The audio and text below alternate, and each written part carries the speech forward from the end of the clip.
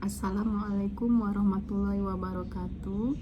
Perkenalkan, nama saya Siti Retnawati Yunita, nomor induk mahasiswa SKP 2102068P, Prodi Profesi Nurse. Tema video saya adalah dislokasi. Dislokasi adalah keluarnya atau bercerainya kepala sendi dari mangkuknya. Dislokasi merupakan suatu keadaan kegawat daruratan yang membutuhkan pertolongan segera menurut Arif Mansur tahun 2000. Etiologinya tidak diketahui dengan jelas, tetapi ada beberapa faktor, diantaranya satu adalah cedera olahraga, yang kedua terjatuh, dan yang ketiga adalah kongenital, di mana terjadi sejak lahir akibat kesalahan pertumbuhan. Patofisiologinya, penyebab terjadinya dislokasi sendi yaitu karena kelainan kongenital yang mengakibatkan kekenduran pada ligamen sehingga terjadi penurunan stabilitas sendi. Cedera olahraga yang dikarenakan beberapa hal seperti tidak melakukan exercise atau pemanasan sebelum melakukan olahraga itu dapat mengakibatkan terjadinya dislokasi, di mana cedera olahraga mengakibatkan terlepasnya kompresi jaringan tulang dari kesatuan sendi, kemudian merusak struktur sendi dan ligamen. Keadaan selanjutnya, kompresi jaringan tulang yang terdorong ke depan sehingga merobek kapsul atau menyebabkan tepi glenoid terafulsi, sehingga ligamen memberikan jalan, akibatnya tulang berpindah dari posisi yang normal. Itulah yang disebut dengan dislokasi. Begitu pula dengan trauma kecelakaan. Manifestasi klinisnya ada 10. Yang pertama, nyeri akut. Kedua, perubahan kontur sendi. Yang ketiga, perubahan panjang ekstremitas. Yang keempat, kehilangan mobilitas normal. Yang kelima, perubahan sumbu tulang yang mengalami dislokasi. Keenam, deformitas pada persendian. Yang ketujuh, gangguan gerakan otot-otot tidak dapat bekerja dengan baik. Yang kedelapan, itu pembengkakan. Yang kesembilan, rasa nyeri yang sering terjadi pada dislokasi. Dan 10 adalah kekakuan.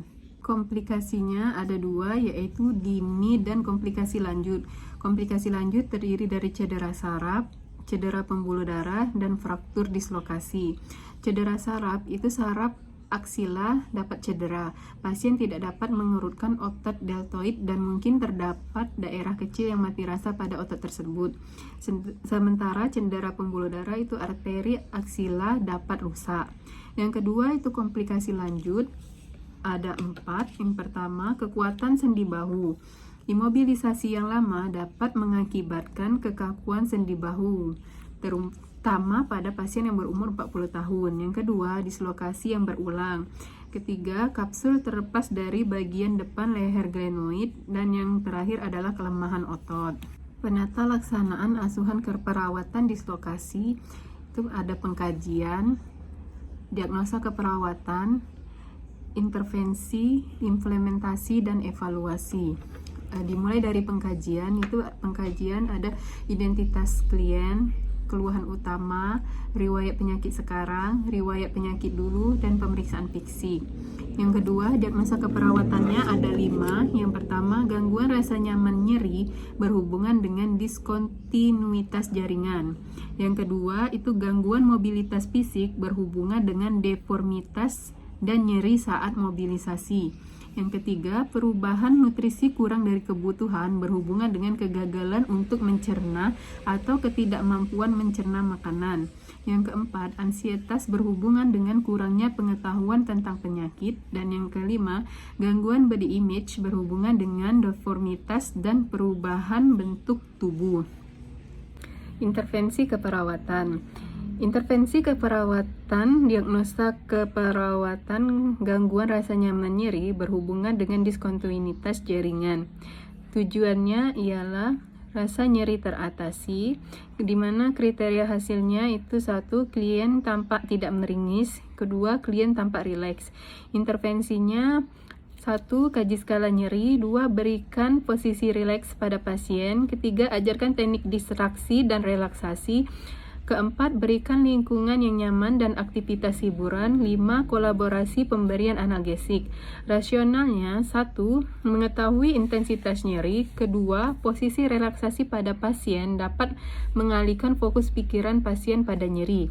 3. Teknik relaksasi dan distraksi dapat mengurangi rasa nyeri. 4. Meningkatkan relaksasi pasien. 5. Analgetik mengurangi nyeri.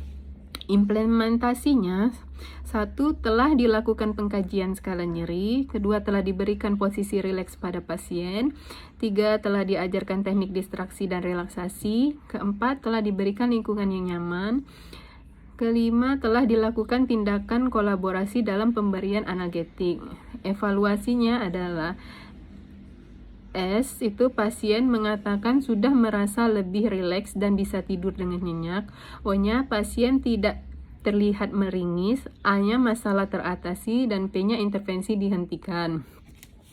Diagnosa keperawatan yang kedua yaitu gangguan mobilitas fisik berhubungan dengan deformitas dan nyeri saat mobilisasi. Tujuannya memberikan kenyamanan dan melindungi sendi selama penyembuhan. Kriteria hasilnya 1. Melaporkan peningkatan toleransi aktivitas termasuk aktivitas sehari-hari. Yang kedua itu menunjukkan penurunan tanda intoleransi aktivitas. Intervensinya 1. Kaji tingkat mobilisasi pasien. Kedua, berikan latihan ROM. Yang ketiga, anjurkan penggunaan alat bantu jika diperlukan. 4. Monitor tonus otot. Kelima, membantu pasien untuk mobilisasi baik dari perawat maupun keluarga. Rasionalnya 1. Menunjukkan tingkat mobilisasi pasien dan menentukan intervensi selanjutnya. Yang kedua, memberikan latihan ROM kepada klien untuk mobilisasi. Ketiga, alat bantu memperingan mobilisasi pasien. Keempat, agar mendapatkan data yang akurat. Dan yang kelima, itu dapat membantu mobilisasi. Implementasinya 1. Telah dilakukan tingkat mobilisasi pasien. Yang kedua, telah diberikan latihan ROM. Dan 3. Telah dilanjutkan penggunaan alat bantu. Evaluasinya, S-nya adalah pasien mengatakan sudah bisa jalan dengan kruk.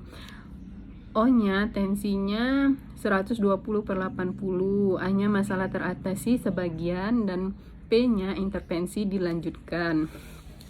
Selanjutnya itu diagnosa keperawatan yang ketiga yaitu perubahan nutrisi kurang dari kebutuhan tubuh berhubungan dengan kegagalan untuk mencerna atau ketidakmampuan mencerna makanan. Tujuannya itu kebutuhan nutrisi terpenuhi, sementara kriteria hasilnya yang pertama itu menunjukkan peningkatan atau mempertahankan berat badan dengan nilai laboratorium normal. Yang kedua, tidak mengalami tanda malnutrisi. Yang ketiga, menunjukkan perilaku perubahan pola hidup untuk meningkatkan dan atau mempertahankan berat badan. Intervensinya, pertama itu kaji riwayat nutrisi, termasuk makanan yang disukai. Kemudian observasi dan catat masukan makanan pasien, timbang berat badan setiap hari. Keempat, berikan makanan sedikit tapi sering.